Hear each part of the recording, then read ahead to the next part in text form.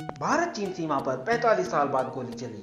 भारतीय सेना ने कहा चीन हमारी लोकेशन की तरफ आ रहा था, मना किया तो उसने फायरिंग की। हमने एलएसी पार नहीं की। भारतीय सेना की दो टूक। हमारी तरफ से एलएसी पर स्थिति सामान्य बनाने की कोशिश जारी, पर चीन उकसावे की हरकतें कर रहा। चीन का झूठ। भारतीय सैनिकों ने 7 सितंबर को पेंगोंगसो इलाके में एलएसी पार करने की कोशिश की। हम बात करने के लिए आगे बढ़े तो हवाई फायर किए।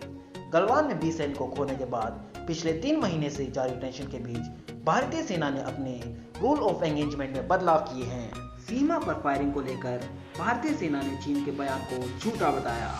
भारतीय सेना ने कहा कि फायरिंग चीन की तरफ से हुई, जबकि चीन ने बयान दिया था कि फायरिंग भारत की ओर से हुई। सेना के बयान के मुताबिक 7 सितंबर को चीन की पीपल लिबरेशन आर्मी हमारी फॉरवर्ड पोजीशन के नजदीक आने की कोशिश कर रही थी। जब भारतीय सैनिकों ने उन्हें रोकने की कोशिश की तो चीन सैनिकों ने फायरिंग की। उकसाने के बावजूद भारतीय सैनिकों ने जिम्मेदाराना व्यवहार किया। भारतीय सेना ने यह भी कहा कि हमारी ओर से लाइन ऑफ एक्चुअल कंट्रोल पर स्थिति सामान्य करने की कोशिश जारी है, जबकि चीन उकसाने वाली हरकतें कर रहा है।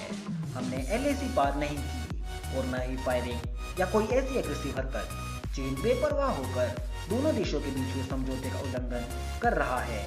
एक और वो हमारे साथ मिलिट्री, डिप्लोमेटिक और राजनीतिक स्तर की बातचीत कर रहे हैं, और दूसरी तरफ ऐसी हरकतें। सेना ने यह भी कहा कि हम शांति कायम रखना चाहते हैं, लेकिन देश की संप्रभुता और सरहदों की रक्षा किसी भी कीमत पर करेंगे।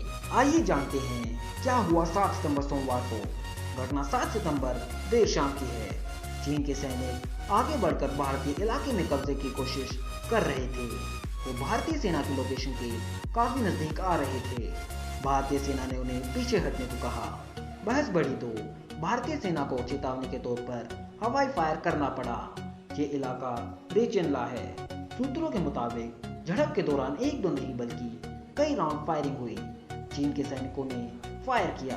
हालांकि ये अब तक साफ नहीं हो पाया है कि पहले चीन ने फायर किया या भारतीय सैनिकों ने। इस फायरिंग के बाद चीन के सैनिक अपनी लोकेशन पर लौट गए। फिलहाल हालात सामान्य हैं।